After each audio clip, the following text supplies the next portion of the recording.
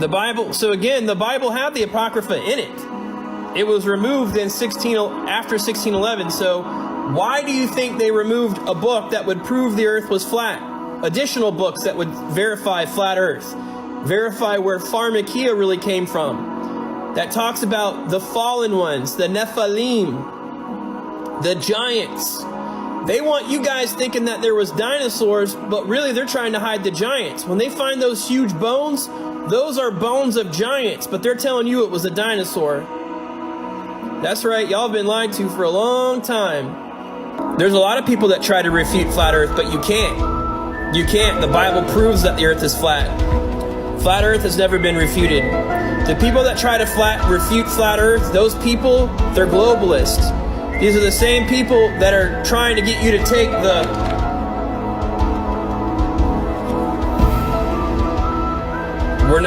the Bible supports a flat earth.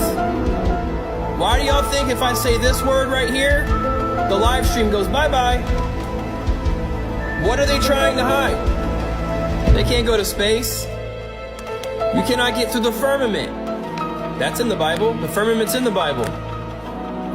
They want you to believe you're living on a spinning ball when the Bible says you're not. The Bible says you're living on a fixed foundation.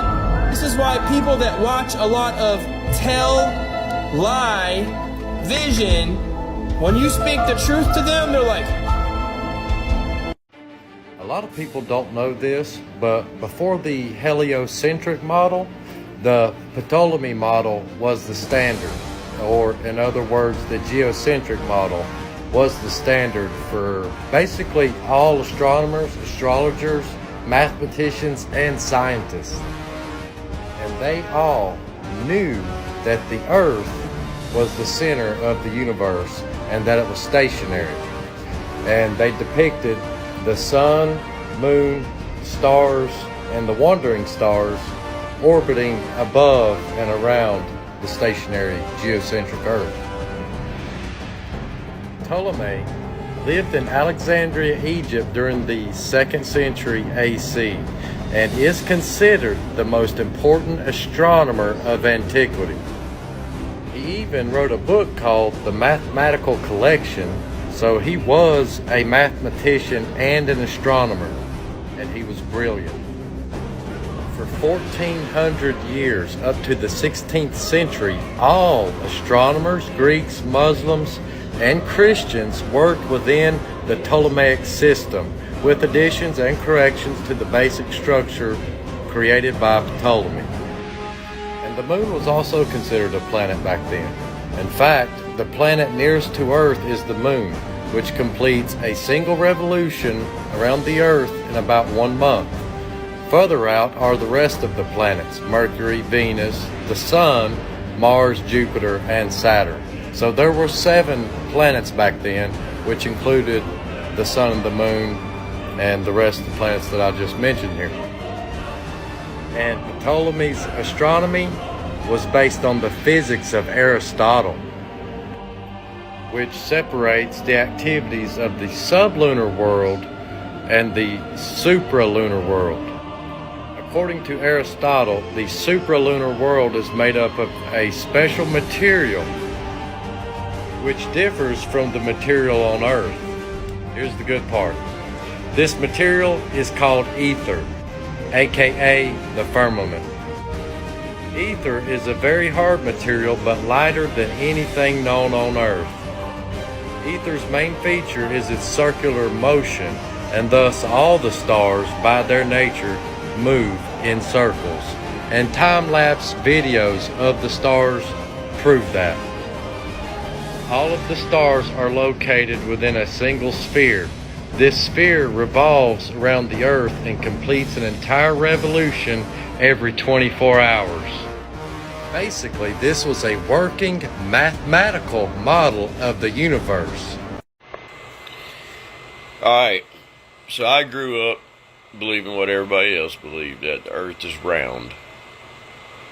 Then I started doing more studying in my Bible, and it tells you in Genesis that the Earth is got a firmament that divides the waters from the waters. There's waters above the firmament and waters below the firmament. That's why man has never been to the moon, not one single day in the world. And all the satellites are sitting there floating up around in this firmament, but they don't want you to know that either. Even though they declassified all the documents from NASA, you can go look them up, admitting that it is just a flat plane, and it does not move or rotate. I don't understand why it's so hard to believe that, except for because the Rothschilds has been teaching y'all that bunch of crap ever since y'all got into the public school system. I went to Christian school system. Did they teach flat earth? No, they didn't. But they didn't recognize the Becca school system because we didn't follow the guidelines of the public schools. We were actually educated. Y'all were de-educated. I learned more from the time I was in kindergarten to 8th grade than I ever did in my whole entire life. 9th grade, 10th, all the way through 12th, it was like a rerun of 4th grade. But everybody's out here so smart. Then I was asked, well, okay, well, if the earth is flat, then why don't the water run off the edges? Well, there's an ice wall there, and there's called a firmament, and it tells you the dimensions of the firmament. It keeps everything in. We got our own little thing inside here. I don't understand, if you've been in one country and you went from one city to the next and you realize how small you actually are compared to everything else that's going on in the world, then you want to tell me that you can't believe that? I mean, you can't believe that, okay, and gravity, okay.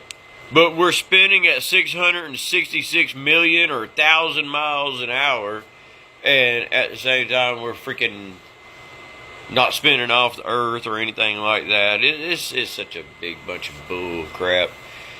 But this the old generation baby boomers, man, y'all don't want to believe anything. Y'all been fooled for so darn long that if you was to wake up now, literally, you might have a heart attack, because the fact is that you feel stupid that you believe something that was fed to you for so long. I would rather find out the truth than keep on believing a lie. But anyways, have a great day. Yeah, conspiracy theories, whatever, even though the government's admitting to all of them now. I actually was one of the reasons why I ended up leaving the church, because I was a ministry school teacher in what I now call a Christian cult, but we were very evangelical, spirit-filled, only did what the Holy Spirit said to do. We were very Holy Spirit-led. I was a teacher in the school of ministry. I was a worship leader, all kinds of stuff, and I was in the process of creating my first lesson on the Book of Revelation for our Year 3 students, and this was probably the biggest passion of mine since I was a Christian. The Book of Revelation is the one thing that I studied the most for over 20 years. So in researching my lesson for the Book of Revelation, I came across the scriptures about the four corners of the earth, which is something that I had prayed and asked God about for many years before. And during that time of genuinely wanting to know what this meant and not wanting to teach people something wrong and lead them astray, I felt led, whatever that means to people, because I'm not even a Christian anymore, but I felt led at the time that I needed to start at the beginning. And so I went to Genesis chapter 1.